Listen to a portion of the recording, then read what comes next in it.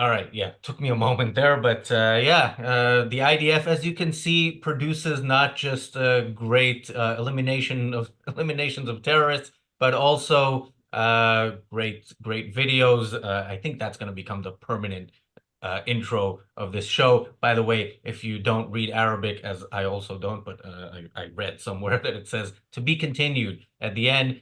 We look forward to it. There was also well. First of all, we are here to celebrate the elimination of Hassan Nasrallah, one of the longest surviving terrorists who have dedicated their life to eliminating the state of Israel, exterminating the Jews, and he had success in that realm, but not as much as he wanted. And now he is in a better place, at least for the rest of us. Um, yeah, and there was another attempt at a uh, another terrorist. I don't know all their names, sorry, but another senior Hezbollah official.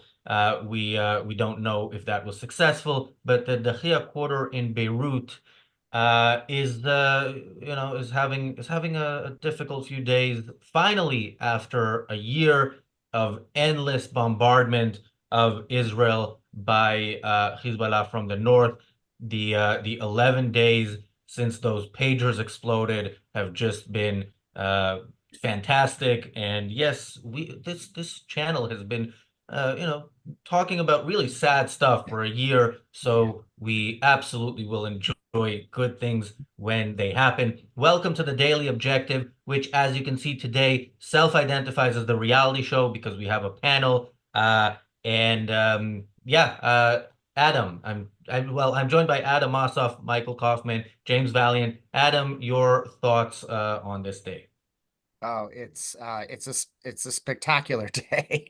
I mean, the world is freer, and I mean, massive amounts of evil have been eliminated. I mean, Israel, once again, this little country the size of New Jersey with a population of only 9.5 million people, I mean, has done more good in terms of removing evil in the world in the past week, just in the past week, than any country in the West, and especially the United States, has done in the last 40 years. And that includes Israel. I mean, they've really tied their hands in the past 40 years. So um, I mean, the reports are really coming in now. It's looking like Hezbollah is completely and effectively destroyed as a coherent and unified military force now. I mean, Lebanon looks like it may even be free. As a result of this, I may be irrationally exuberant to use Alan Greenspan's words, but it is definitely a very good day. Yeah, and we're gonna later on in the show gonna see some of the reactions in the Middle East. We're gonna talk a little bit about the Mhm. reactions elsewhere. We're gonna do a whole episode about that tomorrow or Monday. Michael, Yeah. your initial thoughts. Yesterday on the reality show, we were talking about the Al Jazeera, the AJ Plus documentary that won an Emmy. And we kept saying during the show, hopefully this show, the topic of the show will change if we get confirmation of Nasrallah's death. We didn't, so we're doing a special show. But yeah, your thoughts now that it is confirmed. Yeah, I'm thrilled to join you guys here. I should point out that everybody's very excited on this side. Of course, Air France canceled all flights into Tel Aviv today because only El Al seems to be able to fly into Israel and has done so since October 7th with impunity. But everybody else is just basically another form of bullshit. Pardon my language. It's clearly not a safety issue. And obviously, there's a huge amount of security around Ben Gurion Airport, but it's a damn good excuse to make Israel look like a bad place.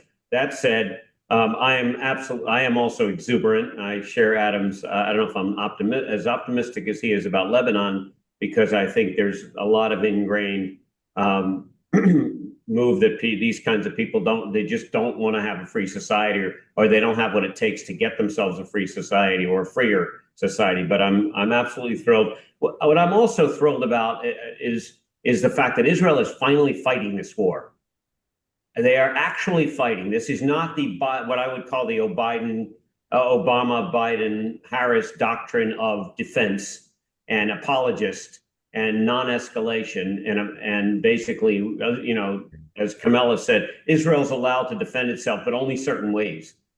They're allowed to kill us any way they want, but we have to make sure we don't kill any civilians. Anyway, I'm thrilled that Israel is fighting the war and winning. And I think it has one other knock-on effect that we touched on yesterday, which is when you start to fight a war and mean it and stop apologizing for it, there's a lot of people that start to believe you're doing the right thing. When you act like you don't feel like you're doing the right thing or not completely the right thing, and you're apologizing all the time, a lot of people lose confidence in you. So I think showing this confidence, showing this remarkable strategy, we've talked a little bit, we'll get into more, is phenomenal, and I am absolutely thrilled. Yeah, we've heard not as many condemnations as we might usually hear, but you know, the night is young.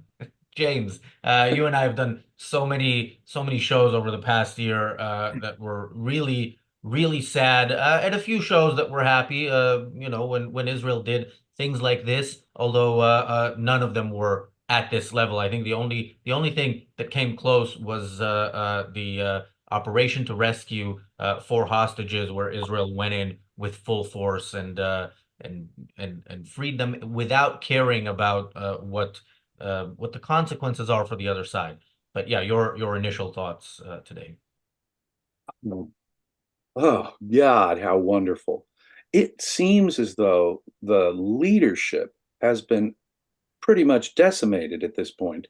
The entire flowchart of Hezbollah leadership seems to have been systematically taken out with such glorious efficiency. Now, of course, there's still an army, tens of thousands strong, Hezbollah army in Lebanon that is tens of thousands strong, and they've still got, what is it? When you still consider the hundreds and hundreds of precision missiles that are still there in Lebanon waiting to be fired into Israel, the job is not done.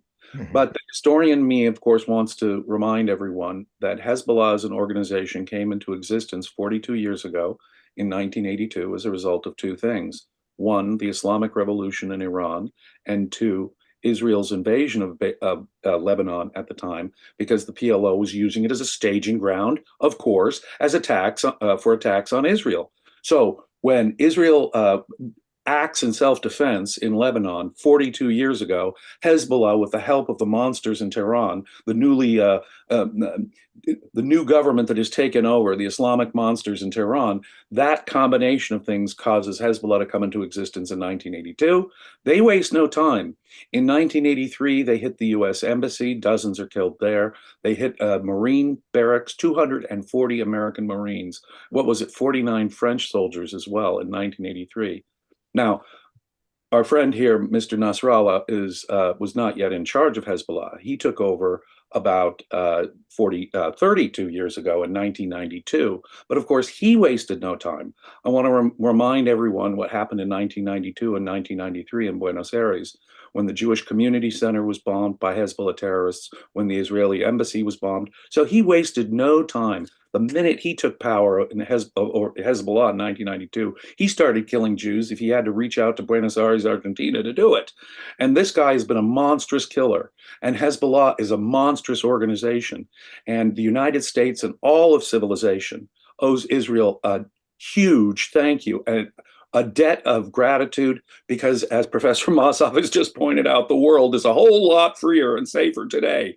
And the possibility, and I know it's a tantalizing possibility only still, because there is still a Hezbollah army, tens of thousands strong in Lebanon. But as I was just reminded before we went on air, an Iranian plane was turned back.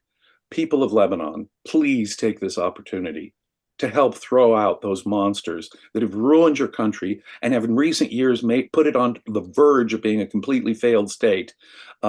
This is the chance for the moderates that we're told, the Christians and Druze and other moderates that we're told live in Lebanon. If that is true, moderates in Lebanon, this is your moment to help Israel take Hezbollah completely out of your country.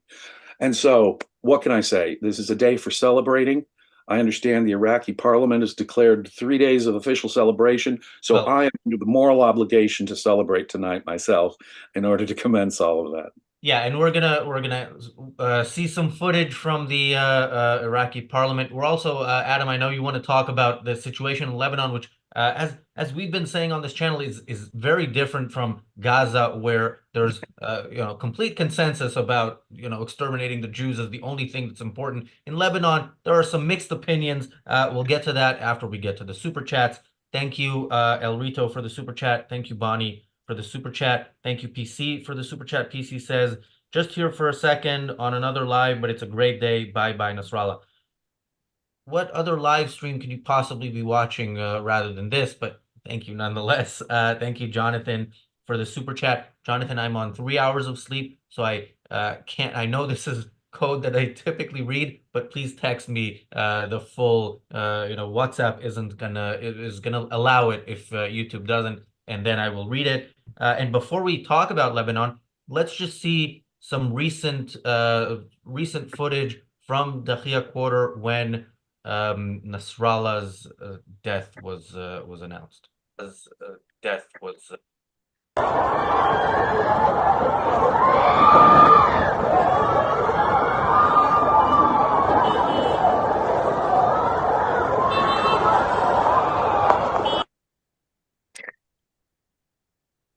Yeah. All right. Again, that's one view that's widespread, but not a consensus in Lebanon. We were talking, James and I, before the show about the South Park episode, Scott Tenorman Must Die, where at the end there's the scene with Cartman where he says, the tears of unfathomable sadness, yum. So that's my reaction to that. But Adam, your thoughts on that, and generally on the different views that we know exist in Lebanon. Oh yeah.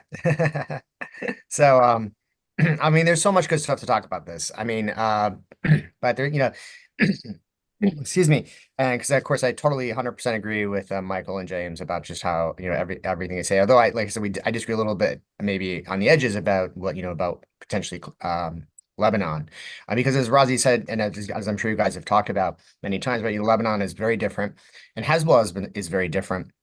I mean, James is entirely correct. It still exists, the military, but when you decapitate the entire leadership of a military force, I mean, the joke, the tweet joke I made is, the person who just got promoted to be head of Hezbollah is the equivalent of the mailroom boy of a corporation getting promoted to be CEO. I mean, you've effectively destroyed the military force as a military force. I mean, they'll still fight, obviously, and the war's not over, but I mean, it really is effectively destroyed. This is the equivalent of, again, the Allies had taken out Heinrich Himmler and all of the Nazi generals, before we invaded Normandy, or before we began the African campaign in World War II. I mean, the war would have been so much shorter, and there would have been far less deaths. I mean, it really is incredible. But yeah, it's there's also a really interesting kind of comparison here between what's happened in Gaza and what's happened with Hezbollah, between Hamas and Hezbollah. If you would ask me, I never would have predicted that they would have finished Hezbollah faster than they finished Hamas. But I think there's a really interesting comparison here, because for years, what we've been told is, and Hezbollah is this massively trained, as James explained, massive amounts of weapon. I mean, Iran has funneled probably hundreds of millions of dollars in the past 2 decades into Hezbollah to make it an incredibly effective professional military force. And so I think Israel was laser focused on Hezbollah in terms of strategic planning, war planning, intelligence and things of this sort, where they were more explicitly appeasing Hamas. And they were more explicitly had ignored Hamas deliberately. I mean, this was their explicit policy before October 7th. And that's why October 7th in part was this massive military and intelligence failure.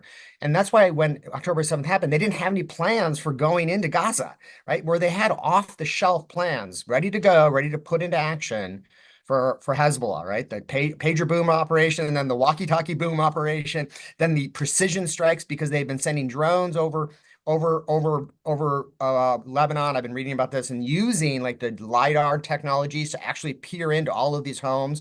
So they know every home that has one of those rockets, which is why they've been able to do all these really precision strikes. I mean, and so right where Gaza, like they were like, what do we do? I mean, when October 7th happened. And so it really is an example of like, no, I mean, when you've got, brute force on one side and brute force on one side and the force of the mind on the other, like Ragnar Dadnisgold said, that Israel's shown the world what it means when that happens.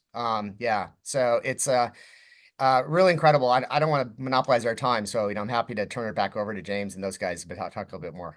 But Yeah, I mean circle the back point. on The point on the mailroom operator being promoted to CEO, well, it's different in Hezbollah because they can't use phones, they can't use pagers, they can't use walkie-talkies. Mailroom operator is already kind of the person in charge. I'm thinking of Newman. I'm not gonna from Seinfeld. I'm not gonna do the voice, but yeah, when you control the mail, you control information and probably all the information that Hezbollah has at the moment. Michael. Well, first a little bit of a funny snippet, and then I'll comment. The kind of joke going around is that the people that are now in charge of Hezbollah 3 weeks ago were not important enough to get beepers or pagers. Yeah. So you really are looking, as you said, Adam, the mailroom kind of level. I mean, and the fact that there's been there's been 90 missiles, as far as I'm aware, the last time I looked, since this morning. From Lebanon into Israel, including a couple of long-range missiles headed towards Tel Aviv, didn't make it. The Houthis, of course, are very busy again, and we should probably touch on that later. But nothing major and nothing like the catastrophic doomsday scenario that was painted for when the full war with Lebanon broke out. I mean, people can say, and you get a lot of this from the Western press and the idiots around the world in the UN, that this is another escalation. And the question is, how tall is this building? Because as best as I can tell, we've escalated this thing way beyond any of the escalations that even exist in the world. This is as escalated as you get. You knocked off the top of the snake or the Hydra. The Hydra will try to grow back another head, and I hope we will knock that off. And I'll close on the comment again. I think what I think is also different, very different from the Gaza situation. I can say that the people I've talked to in Israel, especially when I'm there in person, and I'm heading back, I'm delayed a day because of the Air France situation. I'm heading back on El Al, of course, the last seat from Boston.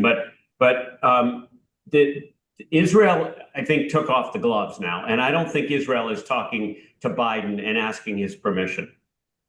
Most people that I talk to believe that Gaza was hampered. There was supposed to be a tri-pronged attack, for example, north, middle, and south in Gaza from the get-go, so that the whole thing that we saw, which was if you attack in the north, they're moving to the center. If you attack in the center, they're going back down to the south, and some of them are going back north. And it's I mean, you don't have to be a military strategist to realize how idiotic it would be to attack a country in one part, knowing there are tunnels connecting pretty much everything between the parts. I mean, you don't have to be a genius, right? I truly believe that the U.S. in particular has completely hamstrung Netanyahu, and I think he also has prolonged things for his own political reasons. I take that away. But what's very clear about this entire thing with Hezbollah, since Israel announced that they're going to return people to the north, which they have to, is that they've taken the gloves off and they are not taking their cue from the morons in Washington. And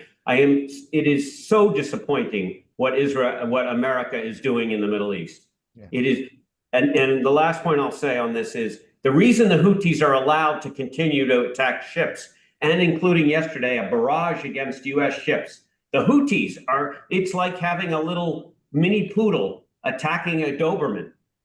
It's a joke. The Doberman would eat the poodle.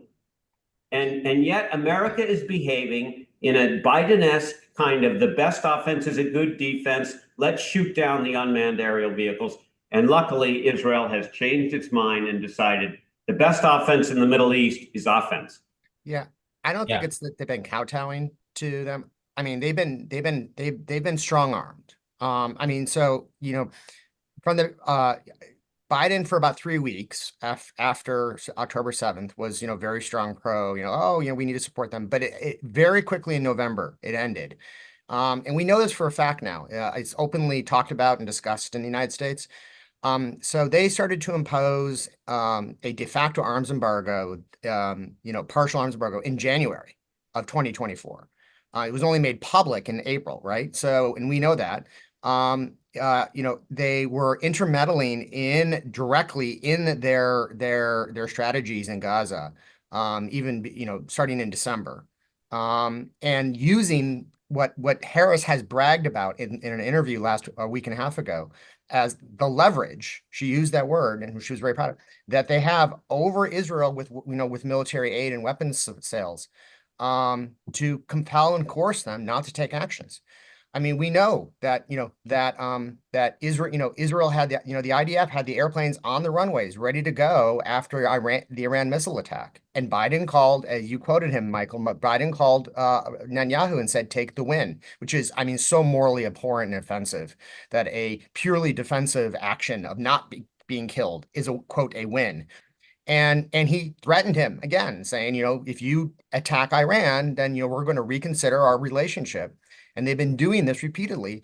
Harris even, in that interview where she bragged about how she supported the arms embargo that was announced in April, this past April, she also blamed Israel directly for the execution of the hostages in August.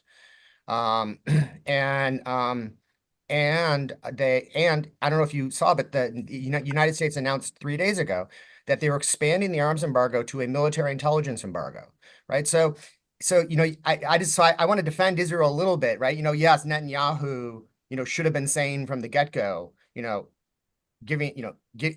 frankly, giving the middle finger to Biden.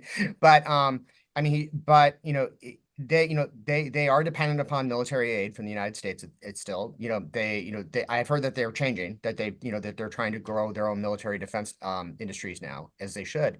But they are very still dependent upon us in many respects, and that was being exploited by an abhorrent, immoral regime in this country, the Biden-Harris regime, that has just really hamstrung them. And it's not and by the way, there's a correlation here. When did Israel change its policies? It wasn't the past week. You remember when they changed? It was about a week and a half after Netanyahu came to the United States for his speech before Congress, right? But whom did he meet with after his speech with Congress? He met with Kamala Harris, and then he met with Donald Trump. Yep. And it's very interesting to note that it was probably within about a week after that's when they started taking out the Hamas top commanders in Gaza with the big bombs and I think it was because, and I don't know about this is my theory, but Netanyahu went back to Israel and said, if Harris wins, we're done. So we got to finish this now. We are on a 3-month timeline, and if we don't finish this, we're gonna be hung out to dry, literally. Yep. So they knew that they were online. I'm sorry, I'll stop now. Yeah. Yeah, and we've criticized, and I'm sure we'll criticize Netanyahu some more in the future. And James, one of the few disagreements we've had in the past year was like about a week after October 7th, I wanted to do a show, which we ended up doing, which you were against, titled something like Netanyahu Must Go. You said, this is, you don't do this right at the start of the war. I was very much against, the fact that Netanyahu didn't immediately go in and carpet bomb Gaza. But this is a moment where credit is definitely due, because we know the kind of pressure that the U.S.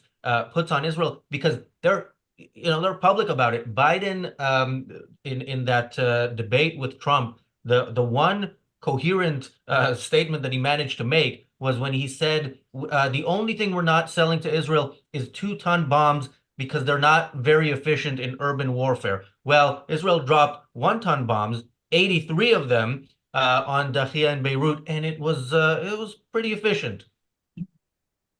James. Absolutely. I've been saying on this channel for months that we have a lame duck president who's really a vacuum of leadership in Washington right now. And this is an opportunity. And I am hoping, Adam, that you're exactly right. I'm hoping that Israel is self-aware that if Harris gets in, it's not going to be very good. They're not going to have real support. Now is the moment to move. Now is the moment to destroy Hezbollah. When you look, I mean, as Michael pointed out, just recently we've had another attack on you. How many attacks have there been on U.S. naval ships, British naval ships in the Gulf of Aden, in the Red Sea, disrupting international trade, effectively shutting down the Suez Canal, and why the world does not see that as aggression and requiring of immediate action tells you everything you need to know about the world.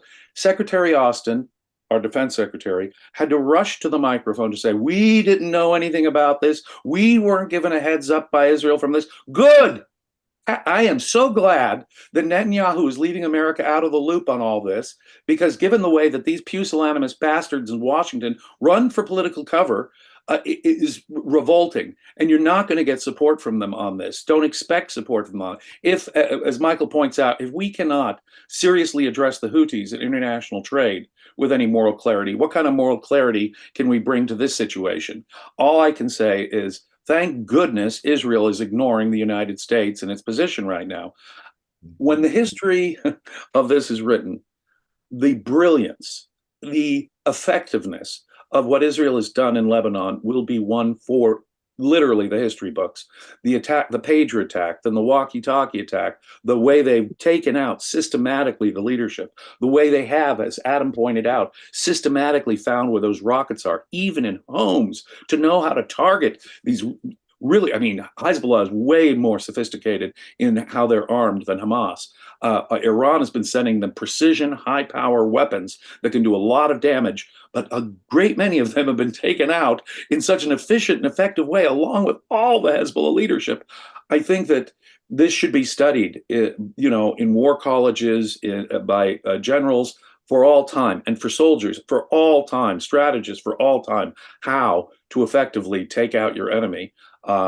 Israel has just taught the world, maybe the most effective and magnificent military operation certainly I've seen in my lifetime, maybe one of the greatest of all time. This is, Alexander the Great, Julius Caesar level military genius, okay, that will make the history books. Yeah, And although I do expect, at least as things are currently, that it'll be taught in the universities as a war crime. But Daniel and I were talking on the earlier edition of the Daily Objective, and he said, I can't wait for the movie. And I said, the past 11 days is multiple movies. The thing with the pagers is its own movie. The whole how it came about. Yeah, the life of Nasrallah until he was finally eliminated. There are many movies to be made here. Hopefully, they will be made in a better way than I could expect, considering what we were talking about yesterday in the Emmy Award-winning short documentary. Thank you, John, for the super chat. John says, "Wow, just wow," with a white and blue heart emojis, Israeli flag, and a thumbs up. And thank you, Jeff, for the super chat. I love that other than this being a great day, it's also a great super chat day. So it's a double celebration.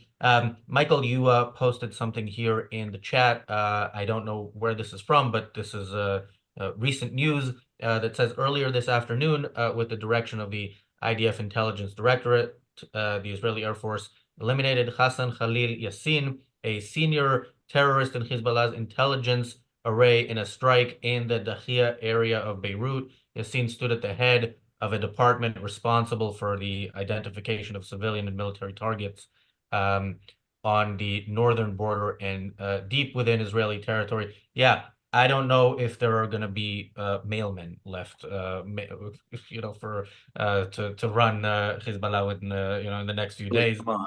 Those tens of thousands of troops that Hezbollah still has there, Yeah, they should be, I'm going to say it again, they should all be dead, maimed, or fleeing the area for their life, right? As soon as possible. So we're not done here. So Israel, keep it up, and don't relent, and don't let any of these cowardly bastards in Washington stop you. Yeah. And Daniel just deciphered Jonathan's super chat earlier. For me, it says, will Israel's strength act as a long-term deterrent to Islamists? That is a good question. Michael, your thoughts? Well, I don't know. If you always have 72 virgins dangling in front of you, I don't, and I'm saying it on purpose cynically because it's Yeah. obviously very pejorative to women. It's absurd. It's outdated. Sure, all cultures, all early cultures of humanity had weird stuff that they did that is clearly inappropriate, to put it nicely, now, and that is at the head of it, and that is something that these people want. They're very clear, and Nasrallah and Sinwar and all of their minions have said over and over again that they're very happy to have death, that death leads you to Allah, that the more death you have, the better, that going down and being a martyr for Islamicism is great, and it's getting you close to God. At least militant Islamic beliefs and certainly conservative slash orthodox Islamism is a disaster.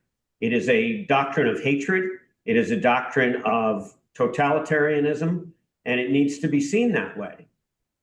And that this is what the West has. We have refused it. We refused it on 9/11. We semi-apologized. We did a terrible job after 9/11, not only militarily, but we did it culturally.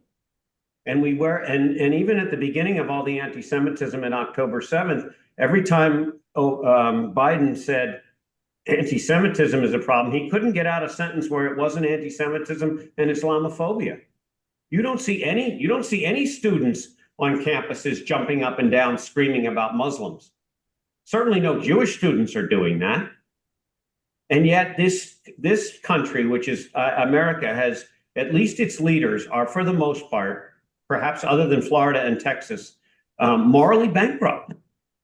And they are living a lie, and they are hypocrites. And this is the problem, Razi. I don't see a future for fundamental Islamicism, just like I don't see a future for almost any fundamental religion. If you're that fundamentalist, you're probably against most of humanity. And you're almost for sure against women. Last point, the two groups that stand out in my mind that continue to strongly support the globalize the intifada notion, the women and the gays, the LGBTQ groups.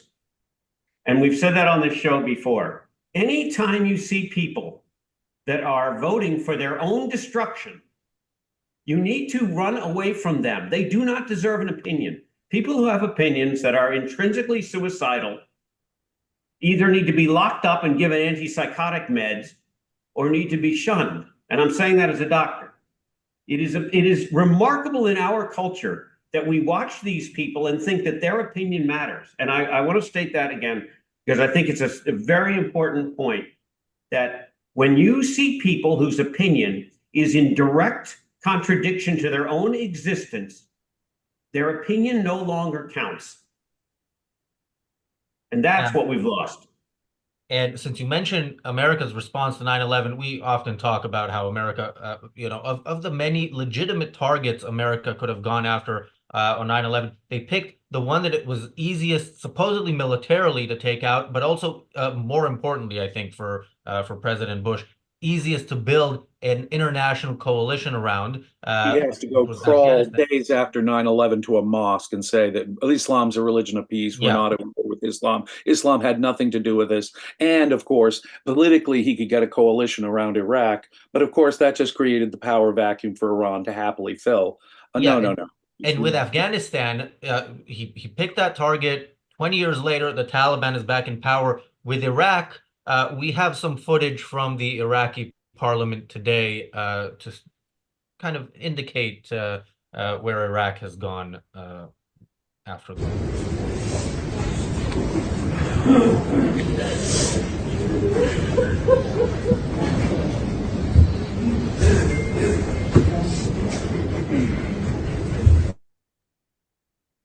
some more tears of unfathomable sadness. I don't mean to laugh inappropriately, but my God, can you imagine crying over the death of the leaders of Hezbollah? These people were monsters. I mean, they intentionally used suicide bombing, for example, as a strategy. It was this monster who was just killed, who has been oppressing and destroying the government and oppressing the people of Lebanon. Think of what that. I mean, think of the alliance between terrorism that Hezbollah has facilitated between Iran and all of these Hezbollah affiliates and related affiliates in Syria and Iraq and all across the region. Iran has been involved in systematic aggression for over 40 years now, attacking Western interests, killing Americans, French people, British people, and of course their favorite target, Jews and Israelis. And for how long? For half a century it goes on. And we appease them and appease them and appease them. It takes moral clarity. You know, what Michael said is so important about the sanction of the victim here. Central theme to Ayn Rand's novel, Atlas Shrugged, is that evil really only exists insofar as the good sanctions it, gives it moral sanction, supports it literally, oftentimes feeds it literally. And that's what's been going on. These Islamic savages would be so much easier to take out than the Nazis. They exist only because the West tolerates it, because the West sanctions it, because the West cannot get its moral act together and say these evil killers have to be killed themselves. And so they complain about extended wars, but what have we had since the Islamic Revolution in Iran in 1979? Terrorist act after terrorist act, you know, thousands at 9/11, October 7th. And I could give you a list longer than my arm of Islamic terrorism that the West has suffered. You know, the examples in Spain, in Buenos Aires, Nice, France, throats cut in Amsterdam, throats cut in Paris. When will the West stop sanctioning their killers? When will feminists and homosexuals realize that no, those folks in Gaza and Iran are your enemies? They're not your friends. They stand for nothing that you stand for. But no, they're the ones first in line to get eaten. Unbelievable. First of all, to the people complaining in the chat that I'm wearing the same shirt as the previous show, that was 4 hours ago, and I had my Hebrew podcast in between. It's not like I'm wearing the same shirt every day. I'll get to the super chats in a minute, but thank you, Mark, for being a member for 2 months. Mark says, you know who Delenda est. Glad to be a member here and support ARCUK. What's coming up for the center? What are Adam and Michael up to in their own work? Adam. Well, my full-time job is I'm a law professor who specializes in innovation policy and patent law. So I do this out of the necessity of threat that Iran and Hamas and Hezbollah represent. So I've embraced this only in recent times. So if I told you about my work, it would sound very different from what we're talking about now. I'm defending patent rights and intellectual property rights that are under attack in the United States, trying to defend the rights of innovators and creators that make our lives possible. And as part of my defense as a professor of law, of the free market, of limited government, of the rule of law. And so that's primarily what I'm doing. Although on Twitter, I engage very much on these issues. So I'd say about 80% of my Twitter X account is specifically directed on this war, the sixth front war that Israel has been in since October 7th, and then the Cold War before that it had, sometimes hot, because this really is a threat and an attack on Western civilization. One of my sayings is anti-Semitism is just the tip of the spear of a nihilist ideology that hates and seeks to destroy Western civilization. And this is the danger that Michael and James are talking about, is that, when you say people, are support things that are against their interests, well, from their perspective, it's not, because what we've seen is this union of this nihilistic ideology that has come to grip with the West, whether it's intersectionality theory or Marxism or some other type of of collectivist, rationalist philosophy, join with this Islamic theocratic theology, authoritarian ideology as well. And so because they share a mutual hatred, a hatred of the West, of Western values and of Western ideas, of which Israel and Jews are exemplars. And so this is what makes it so dangerous. And I think this is why this is a serious, serious threat and needs to be addressed. Let me go through some of the chat. Ideology says, "Is this the most trolls in the chat day? Reddit must be slow today." I don't know. There's a lot of comments in the chat, and I haven't been reading them. But as I always say to the trolls, thank you. Your engagement means that more people get to see this content. Thank you, Lorisetto, for the super chat. Lorisetto says, extra long show necessary today. Absolutely. I think we could be here for many hours. We won't, but we would enjoy it. Bob with hat says, thank you for the super chat. Bob says, last thing he saw was Bibi's speech. Glorious hour. Oh, wasn't the timing of the combination there? You know, there's Prime Minister Netanyahu saying, "You guys are a contemptuous farce.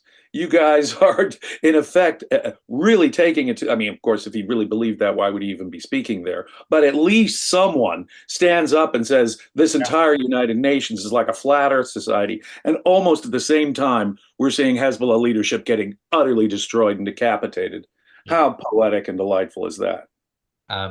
Larry says, thank you, Larry, for the super chat. Larry says, Allah wants a ceasefire, running low on virgins. Thank you, Pooja, for the super chat. Pooja says, display an Israeli flag in support on October 7th. Flags available on Amazon. You know, we've been thinking about what we're going to do on the channel on October 7th, and you know, it's not going to be kind of. We're planning to do something like a year in review and where, you know, what has been done in the past year, and this makes the October 7th shows that we're going to do probably more positive than they would have been a few months ago, because things are seemingly going in a good direction. Thank you, Jonathan, for the super chat. Jonathan says, Razi, one of the hardest working students of philosophy and show business. I appreciate that. Thank you, Bull Moose, for the super chat. Bull Moose says, so many people in the Middle East are celebrating than even those in Israel. Israel should directly ally with resistance groups and just forget the U.S. I'm not on the just forget the U.S. Side of this. I'm on the just look, if we're going to forget the U.S., why shouldn't we also forget these regimes, even though there are positive people there? Many people in the U.S., 3 of them currently on this panel, are pro-Israel and despise their government for their policy on this war. So let's remember that. And thank you, Alejandro, for the super chat. Alejandro says the Lernian Hydra lost its heads. As I always say with these references, I need Alejandro on the show, but he is in the super chat. And thank you, Hercules' PC. 12 labors, killing the Hydra of Lerna, the beast that would, when he would cut off one of its heads, 2 more would pop up. It was one of the 12 labors of the famous Heracles of Hercules. Yeah, so we don't need Alejandro to interpret Alejandro's super chat. And thank you, PC, for the super chat. PC says Iran is the main menace. Absolutely.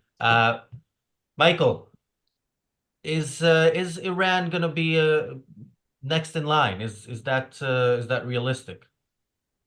Look, I hope so. I think they're in deep shit. I think they are reeling. I think, don't forget, so a couple of points. Remember that all of the people were very sad when the president of Iran's helicopter went down. I wouldn't be surprised if Israel might have had something to do with that. It was just a little bit convenient. I mean, there are what, tens of thousands of helicopter trips a day. That one to go down, seriously? Anyway. And then we took out, in the middle of Tehran, we took out one of the bad actors. We can do it. The question is whether we do it. The problem is that you've got Biden and whoever the puppet masters are in Washington, because clearly Joe is too demented, he really is, to do anything. And we really don't know who's running the show. And it's hard to believe it's Kamala, because she can't string a sentence together where the subject and predicate are different. Usually they're the same thing. Anyway, I don't know, Razi. I really hope so. I am very afraid that a Harris 4 years will lead to another ridiculous Iran deal, with the Iran laughing at everyone over here, and they do, and just getting money and then lying, and then guess what? They're smart enough to get past all of the inspectors, which how the world really takes any of this seriously that we're going to go inspect Iran. I mean, it's absurd, especially like the Atomic Energy Commission, another broken group. I just don't know, and I truly hope so. What is unclear, you know, there's a saying that you got to follow the money, because Iran is such a bad player and really contributes nothing to the world. The Iranian regime, if they were eliminated tomorrow, what would happen to the world? And let's say we got back a semi-reasonable, not quite as nutty theocratic or borderline, just people that maybe respected women and maybe respected gays a little bit, or at least didn't want to annihilate them. What would happen to the world? And the answer is it would be a far better place. And so you have to ask yourself, why is it that Washington, D.C. and the Western powers don't want to have that happen? And that's what's really concerning to me, because I don't understand it. There's a lot of money involved here. There's a lot of political push here, and it is unclear where it's coming from, but it's clearly something that it's very broken. Well, there's also a lot of money at ARCUK now with all these super chats we're getting. Thank you, Bull Moose, for another super chat. It's not quite the money that you know that bad actors in the Middle East have, but you know we can hope. Bull Moose says, "I'm not talking about Americans in general. I'm talking about appeasing the government." Yeah, and actually, thank you also, Furious Moses, for the super chat. I want to, Adam, you mentioned the fact that in Lebanon there are people, not everybody is pro Hezbollah, but we don't talk that much about Syria. And let's watch this video from last night in Syria, before there was confirmation that Nasrallah is dead, but when it was clear that that's likely the case. Daniel, if we have that video ready.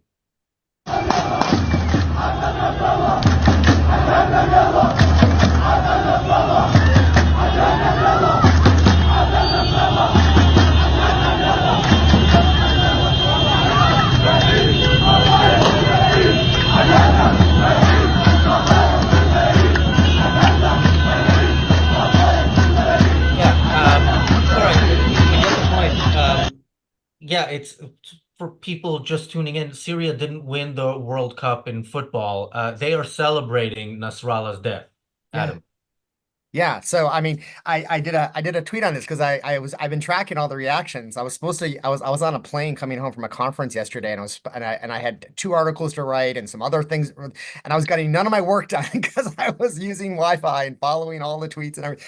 So the celebrations so far have been, I mean, effusive celebrations. Israelis, Lebanese, people in Syria, Iran, the Iranians are out in the streets celebrating and throwing candy. In the Middle East, it's you give candy out when you're celebrating.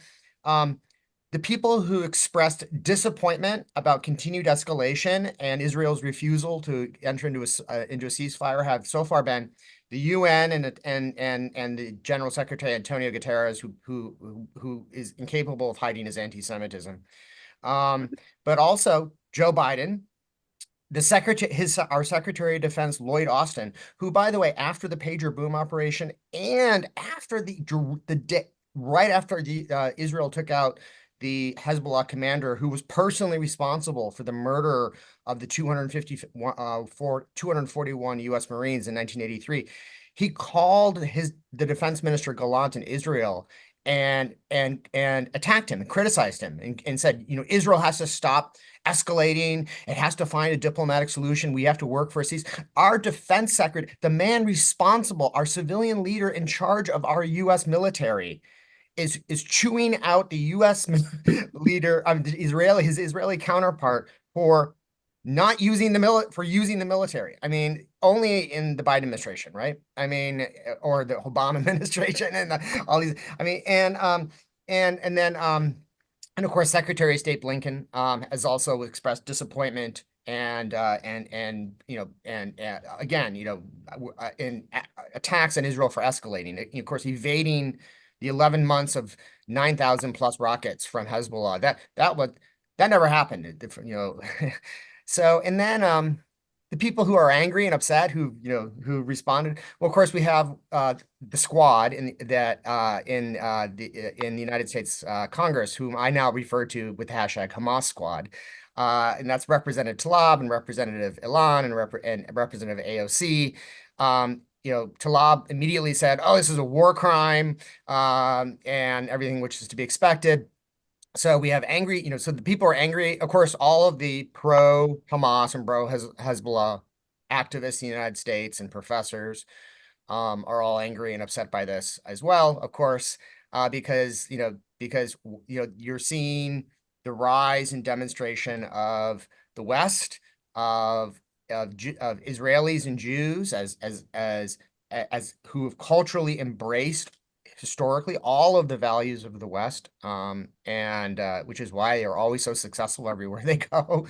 And so yeah, so it's a really interesting to observe this, like the people who are celebrating, right? The Lebanese, the Syrians, the Iranians, right? This is a huge signal to us, and to the people. And if only we had a good government, because then we could do exactly what Michael was talking about, right? The Iranian people would love for us to overthrow the Islamic Republic, and the fact that we're having the celebration over just the killing of the leader of Hezbollah, right? And we're this inspired by this demonstration of what does it mean for good people to take appropriate action against evil people. Can imagine what the message to the world would be if we took out the head of this snake, this Iran. Yeah. Thank you, Kirsten, for the super chat, and thank you, Benjamin, for the super chat. I retweeted this parody account of Jeremy Corbyn, a member of parliament here in the UK, former leader of the Labour Party, and lifelong anti-Semite, anti-Israel, who used to be a regular on Iranian television, once questioned on Iranian television whether Israel, why Israel needs to exist.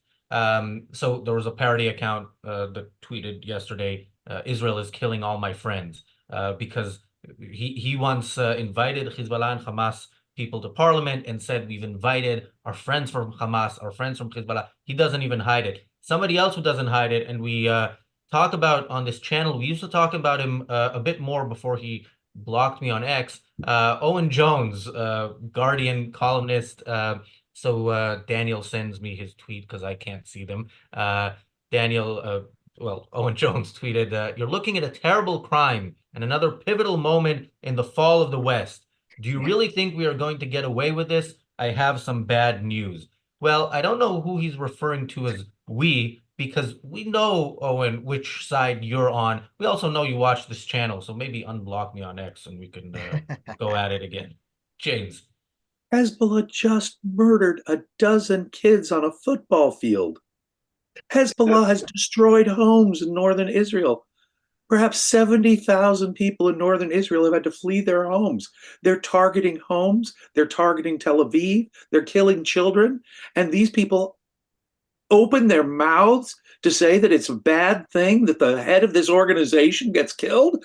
I mean, that is not merely the cult of moral grayness and moral relative. That is overt, outright evil. That is saying that these killers, killing these killers, as Adam was pointing out earlier, can you imagine if someone had said, okay, we got General Yodel, we got General, we've taken out, the top Nazi generals, along with Goebbels, Hess, and Hitler, all at once. Wouldn't you say, okay, that's better than having to, go the long haul and firebomb Dresden and, all that other stuff? You'd say that's a good thing, right?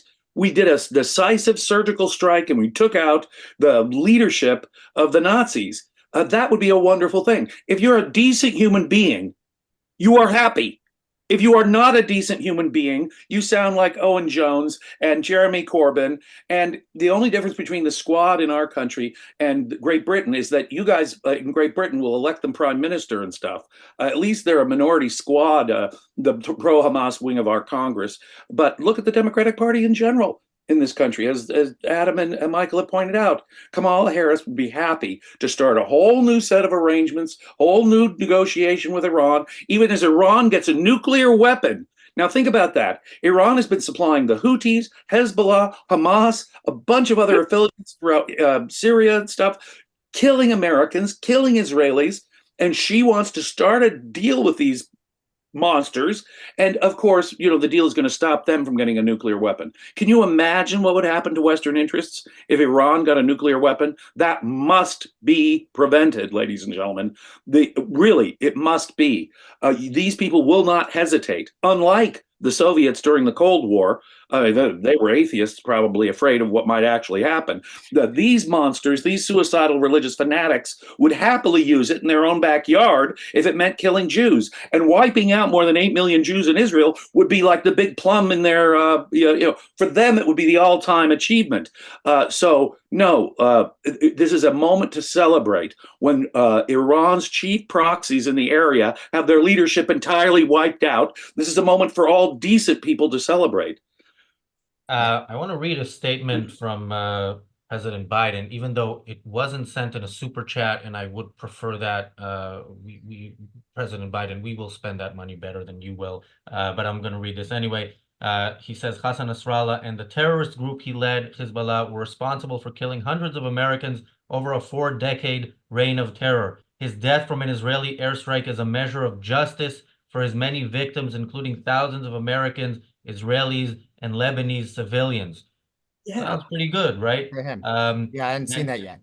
And then he continues, the United States fully supports Israel's right to defend itself against Hezbollah, Hamas, the Houthis, and any other Iranian-supported terrorist groups. And then it continues. Yeah, it's not all. There's always a but. Ultimately, our aim is to de-escalate the ongoing conflicts in both Gaza and Lebanon through diplomatic means. Michael, has that statement convinced you to vote for, well, he's not running, but for his vice president in a couple of months?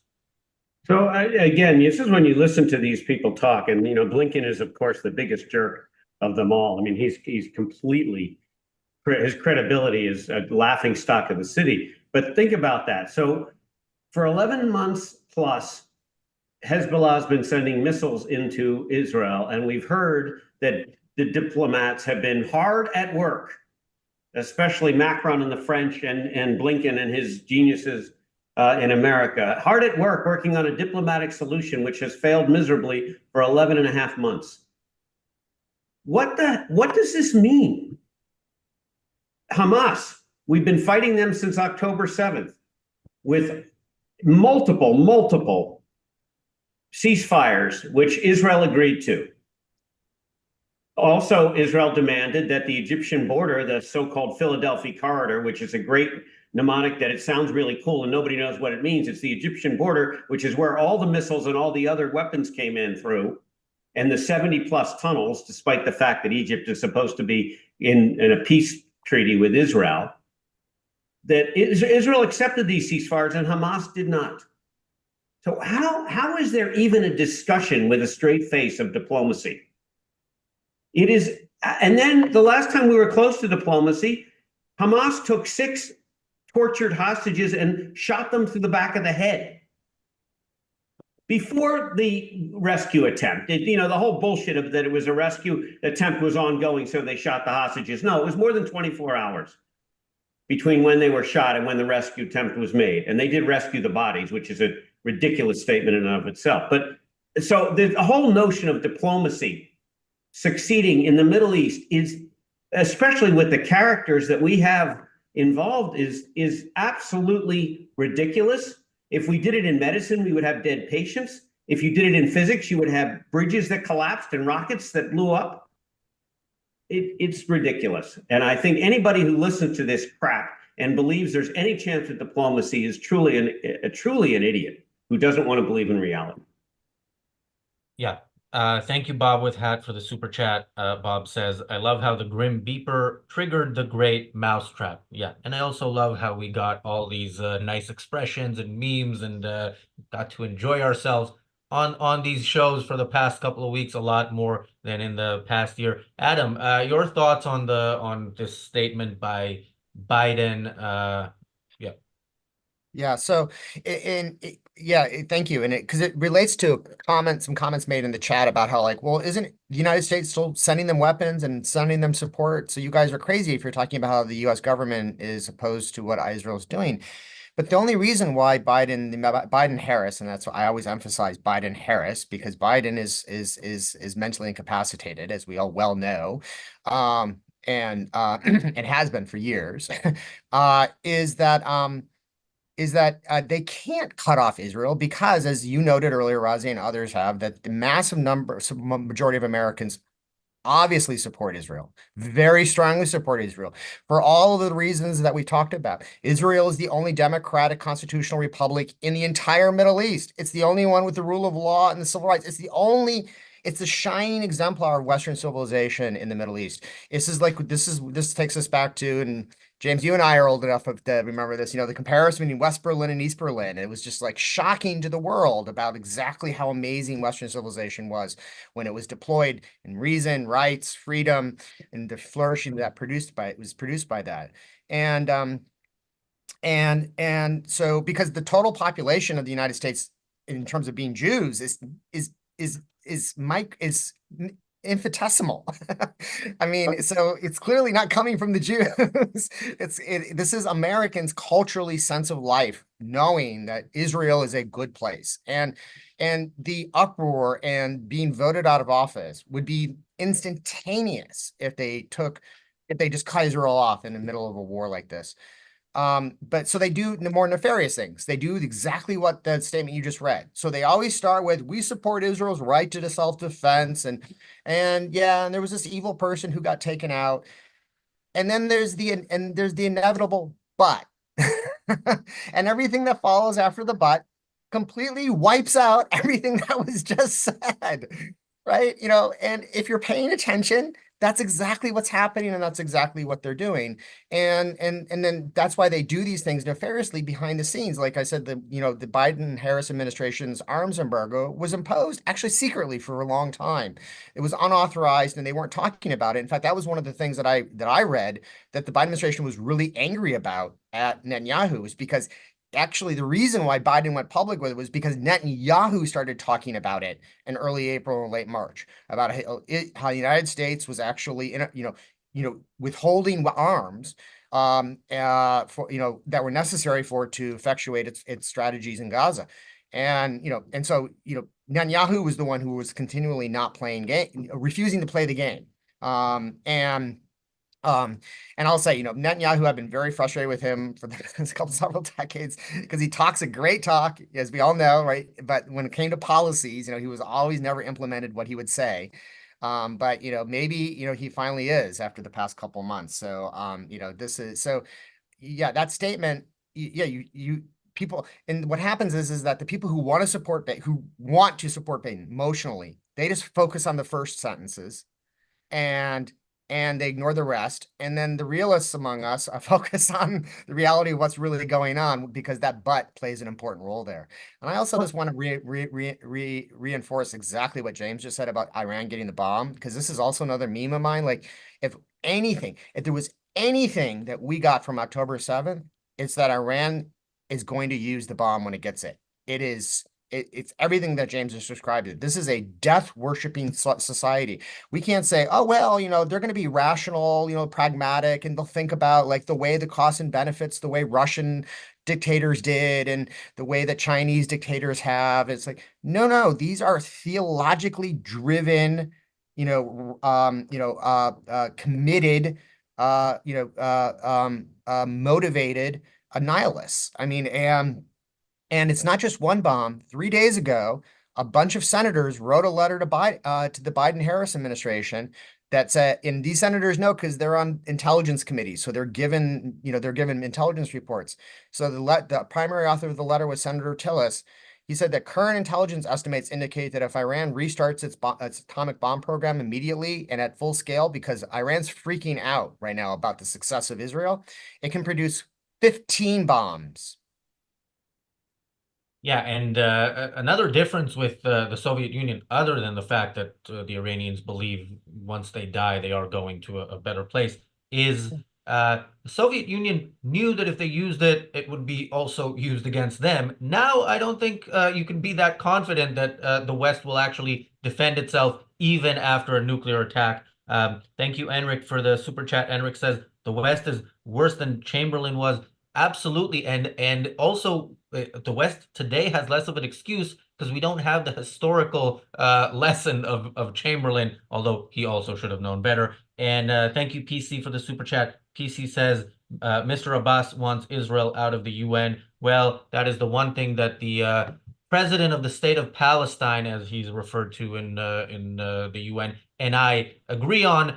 I also want Israel out of the UN. I hope Abbas gets it through so that the UN really, although if people don't already know what the UN is, I don't know what more is needed, but that I will hope that it goes that further step. Let's hope that the General Assembly kicks Israel out. And I think that would send a message to Americans, ordinary Americans like Adam was talking about, who strongly support Israel, and would finally maybe slap them across the face to get this idealistic notion that somehow the UN is an idealistic organization out of their head. They are a dictatorship and terrorism protection racket. And America and Britain have no business, or any other civilized nation has no business being a part of it. And bring it on, bring it on. Kick Israel out, show Americans just how evil an institution it is. You know, the political blather, I just want to also mention the political blather that goes on. Yeah, if you think that Biden voluntarily stepped aside and let Kamala Harris, then you're the kind of person who thinks, oh, yeah, the Democrats really do believe in Israel's right to defend itself. No, they don't. No, they believe in appeasing Iran, and they would turn their back. All this talk about Israel's right to defend themselves, whenever they do articulate it, is absolute total BS designed for popular consumption. The Democrats do have a bit of a problem. You've got the Muslims in Michigan, right, and maybe Minnesota. But then on the other hand, you've got the ordinary American middle-class person who's very strongly in support of Israel. So what comes out of their mouth is total political BS. But if you're subject to believing it, of course, you'll believe just about anything. You know, Biden voluntarily stepped aside.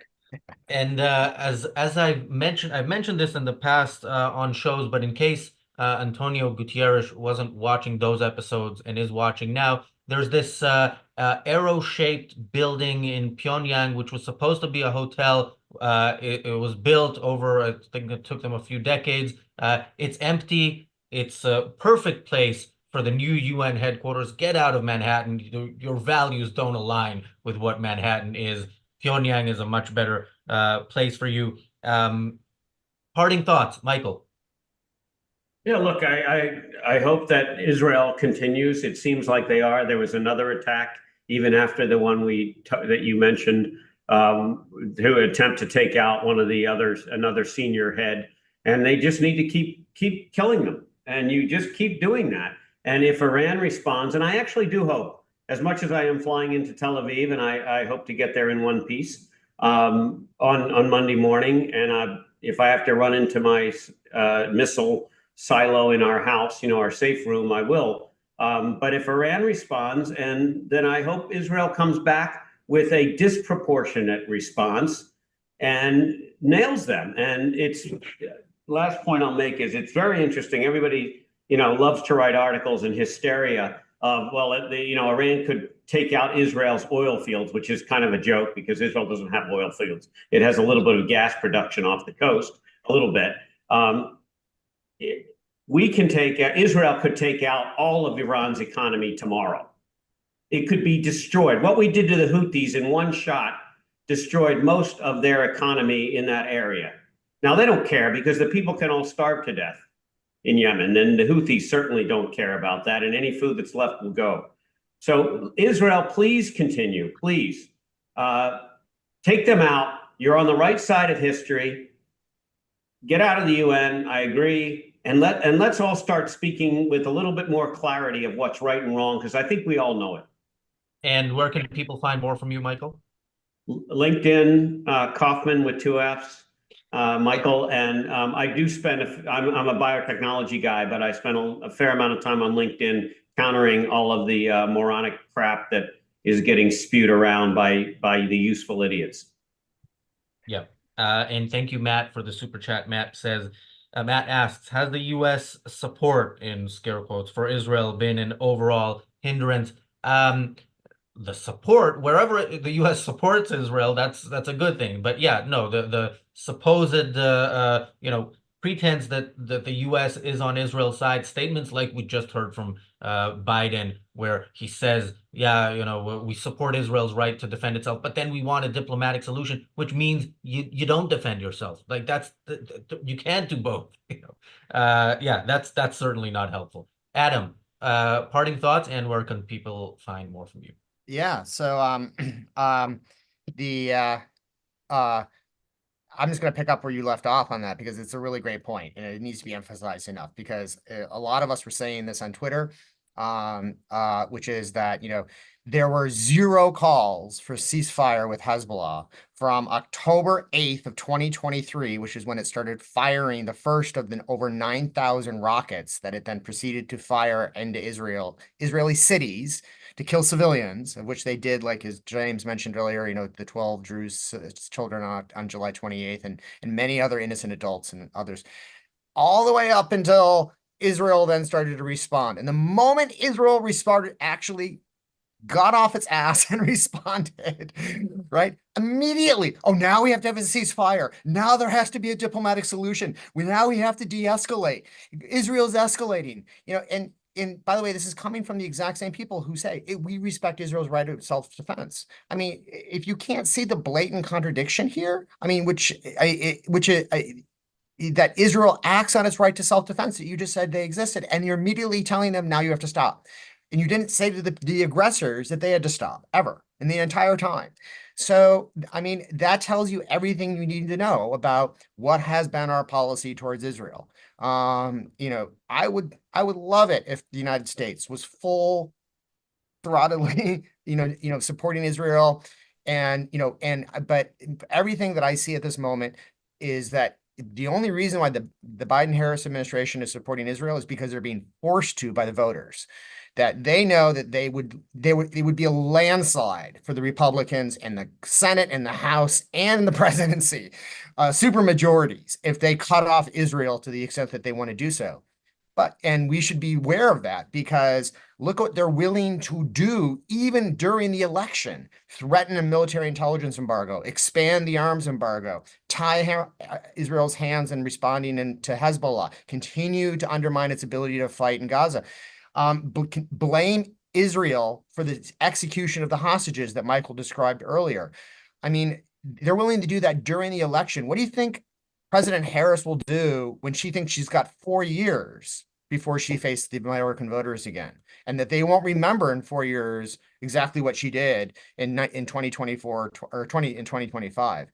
So, I mean, we are, I think this really is this is a very serious election, and where we have, Israel's on the line, U.S. support for Israel, and this global threat from this, Middle Ages Islamic theological, ideology that has combined with, the nihilist ideology that has come to dominate the Western culture, Western intellectuals and politicians, is the primary threat that we face now.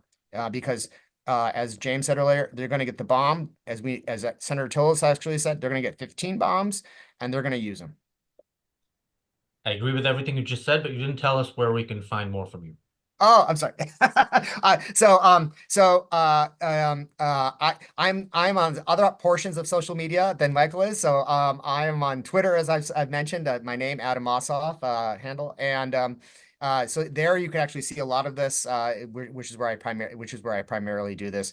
If you're interested in intellectual property and innovation policy, you can find my articles at a website called ssrn.com. You can socialscienceresearchnetwork.com. You can Google my name, and I'm also on LinkedIn, but I just post professional announcements there. James, parting thoughts, and where can people find more from you?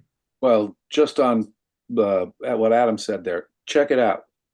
This guy that we're privileged to have right here could be the leading authority on intellectual property law living in the world today. Check out his work.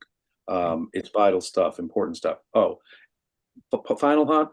Anyone who talks about a fear of escalation, anybody who demands a ceasefire right now, are the bad guys within our own culture. Within our own culture, they want the Islamicist culture to survive. They are demanding it survive. They're demanding that we sanction it. They are the ones who are going to create a perpetual war and never get civilization saved or out of this morass until Israel, of course, is destroyed and the Islamicists come for the rest of the Western countries. As for where you can find me, I guess I'm going to fill this out. Adam's on X/Twitter. I'm usually on Facebook. I'm there almost every day answering questions about objectivism, history, law, you name it. So come hit me up on Facebook, where I'm answering questions all the time. Because if you can't find me on Facebook, you find me here at Ayn Rand Center UK. And if you're not a paid subscriber, ladies and gentlemen, I would urge you to consider becoming. You're getting a perspective here you won't get anywhere else. It's really hard to find this perspective, especially from an international or British based outlet. This is unlike anything you're going to hear from anyone else, ladies and gentlemen. Please do consider becoming a paid subscriber to Ayn Rand Center UK. Razi and his colleagues are doing fantastic work. Thanks, James, and thanks, Alex, for becoming a YouTube member. Yeah, I will second what James said. Absolutely, if you value what you see here and you want access to additional content, additional perks, consider becoming a member either on YouTube or through the website. There is a link in the chat. I'm Razi Ginsburg on X. We are here with the Daily Objective 7 days a week, with a reality show 5 days a week. So I hope if you are not subscribed, you will subscribe to the channel. That is free, and you can watch our content every day. Thank you all for the last minute super chat. Thanks, guys. Thanks for joining me. Thanks, everybody, for watching, and we will see you tomorrow. Be safe. Thank you.